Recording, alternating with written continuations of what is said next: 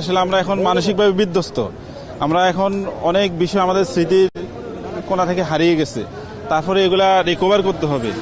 আমরা প্রথমে আমরা শুকরিয়া আদায় করি আল্লাহর কাছে, আর এই পরিবেশে আসার জন্য যাদের অবদান, সেই ছাত্র জনতার যাদের অবদান, তাদের জন্য আমরা আল্লাহর কাছে একটা আগ্রহ জায়গা যে ওইদিন কি হয়েছিল আপনারা নিশ্চয়ই দেখেছেন, এটা আমরা জানতে চাই, সবাই জানতে চাই। সেটা আসলে সংক্ষিপ্ত পরিসরে আমরা এটা মানে এখন আমাদের মানসিকভাবে তো আমরা যে অবস্থায় আছি, আসলে এই অবস্থা আমরা এগুলা এখন বলতে চাচ্ছি না। হ্যাঁ, আমরা হয়তোবা আস্তে আস্তে আপনারা এগুলা জানবেন। তবে আমরা আমাদের যে ভাইদের কল্যাণে আমরা এখানে মুক্ত জীবনে ফিরে আসছি, তাদের জন্য আমরা আল্লাহর কাছে কৃতজ্ঞতা স্বীকার করি। আল্লাহ পাক তাদেরকে শহীদ মর্যাদা দান করুক। হ্যাঁ, কারাগারের অবস্থা আলহামদুলিল্লাহ কারা কর্তৃপক্ষ আমাদেরকে যথেষ্ট ভালো রাখার চেষ্টা করছে, যথেষ্ট আগলে রাখার চেষ্টা করছে, তাদের প্রতি আমরা কৃতজ্ঞ। আর আসলে আমার বাবা মারা গেছে এই জেলখানা থাকা অবস্থায়। আমি গত বছর বাবার সাথে তো দেখা করতে পারি নাই দীর্ঘ সময়। আমার মাও খুবই অসুস্থ, এখন মাও প্রতীক্ষা আছে আমি কবে মার কাছে যাব আর কি। না, আমি বিয়ে করার সম্ভব হয়নি। আমি তো চাকরি তখন 4 বছর 4.5 বছর ছিল, তখন তো বিয়ে করার সুযোগ হয়নি। এত অল্প দিন চাকরি করে এত বছর জেলে গেছেন, সামাজিক ভাবে একটা নিশ্চয়ই প্রভাব পড়েছে। হ্যাঁ, এখন এই বয়সে এসে এখন কি করবেন চিন্তা করেন? আসলে এখন তো আমাদের এই যে বয়স, এই বয়সে আমার যে মূল্যবান বয়স সেটা হারিয়ে গেছে। আসলে আমার এই জীবন থেকে এই 16 বছর ফিরে পাওয়ার কোনো সুযোগ নেই। তো যারা এই ঘটনার সাথে সম্পৃক্ত, আমি তাদের দৃষ্টান্তমূলক শাস্তি কামনা করি। এবং যারা শহীদ হয়েছেন, যে সেই 57 জন সেনা কর্মকর্তা, আমার প্রিয় অফিসার, আমি তাদের জান্নাতের সর্বোচ্চ মর্যাদা কামনা করি।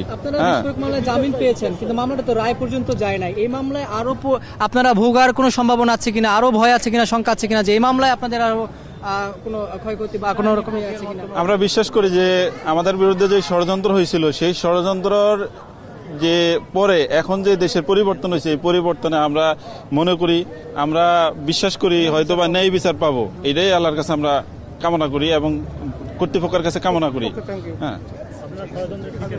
হ্যাঁ, আমরা তো অবশ্যই ষড়যন্ত্রের শিকার। আমার এই যে 16টি বছর আমার জীবন থেকে হারিয়ে গেল, আমি সীমান্ত রক্ষা করার জন্য আসছি। সীমান্তে যখন বড় যুদ্ধের ইতিহাস আমি শুনছি যে আমি দেশের জন্য কিছু করব, দেশের সীমান্তে ভারতীয় আধিপত্যবাদের বিরুদ্ধে নিজেকে উজাড় করে দিব, এই জন্য এই কথা শুনে অনুপ্রাণিত হয়ে বড় যুদ্ধে আমাদের যে বিজয়, এই বিজয়ে অনুপ্রাণিত হয়ে আমি বিডিআরে ভর্তি হয়েছি। সেই বিডিআরের পিলখানায় যখন আমার যে ডিজি শাকিল আহমেদ, উনি তখন রংপুরের সেক্টর কমান্ডার ছিল, সেই সেক্টর কমান্ডারের সময়ে বড়বাড়ি যুদ্ধ হলে বিজয় হলো, তিনি ডিজি থাকা অবস্থায় সেই ষড়যন্ত্র করলো। সেই ষড়যন্ত্রকারীদের মানে সেই ষড়যন্ত্র তারা করে গেল, অথচ আমরা কিছুই জানি না, আমরা কোনো ষড়যন্ত্রের সাথে নাই, আমরা কোনো অপরাধের সাথে নাই। তারপরেও এই 16টি বছর আমার জীবনটাকে হারিয়ে গেল। আসলে এখন তো আমি মানসিকভাবে আমার অনেক ট্রমার মধ্যে আছি। এখন আমি চিকিৎসা করাইতে হবে, আমি অনেক অসুস্থ। হ্যাঁ, আমি এই যে বৈষম্য বিরোধী আন্দোলনের মাধ্যমে যে সরকার আছে, সেই সরকার তো অবশ্যই আমার যে অধিকার, আমাকে যে অধিকার থেকে বঞ্চিত করা হয়েছে, সেই অধিকার ফিরিয়ে দেবে, আমার মর্যাদা ফিরিয়ে দিবে, সেটাই আমি কামনা করি। হ্যাঁ, আমাদের জীবনের উপর তো একটা কালো অধ্যায় লেখন করে দেওয়া হয়েছে, সেটা থেকে আমরা মুক্তি চাই। সেই কালো অধ্যায় থেকে আল্লাহ সাহায্য চাই এবং কর্তৃপক্ষ যেন আমাদেরকে সেই কলঙ্কজনক অধ্যায় থেকে মুক্ত হয়ে আমরা যেন ভালো জীবনে ফিরে যেতে পারি। আমাদের কেমন কাটিয়েছেন? কারা জিন্দেগি চেষ্টা করছি যে আল্লাহর সাথে সম্পর্ক করার জন্য, কোরআন হাদিস পড়েছি নিয়মিত। আসলে কারা জীবনের সম্বল একটাই, যে এই 16 বছরের জীবনে আল্লাহর সাথে সম্পর্কটা বৃদ্ধি কিভাবে হয়, সেই দীক্ষাটাই নিয়েছি। কি হারালেন?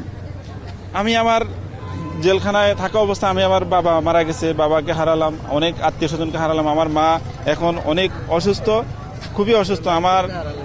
আমার ভাই বোনগুলা যাদেরকে আমি আগলে রাখতাম, তারা আমার না থাকার কারণে আমার সাংসারিক জীবন, আমার ভাই বোন, তাদের পড়ালেখা, তাদের শিক্ষা দীক্ষা, এগুলা অনেকাংশে তারা সঠিকভাবে পাই নাই।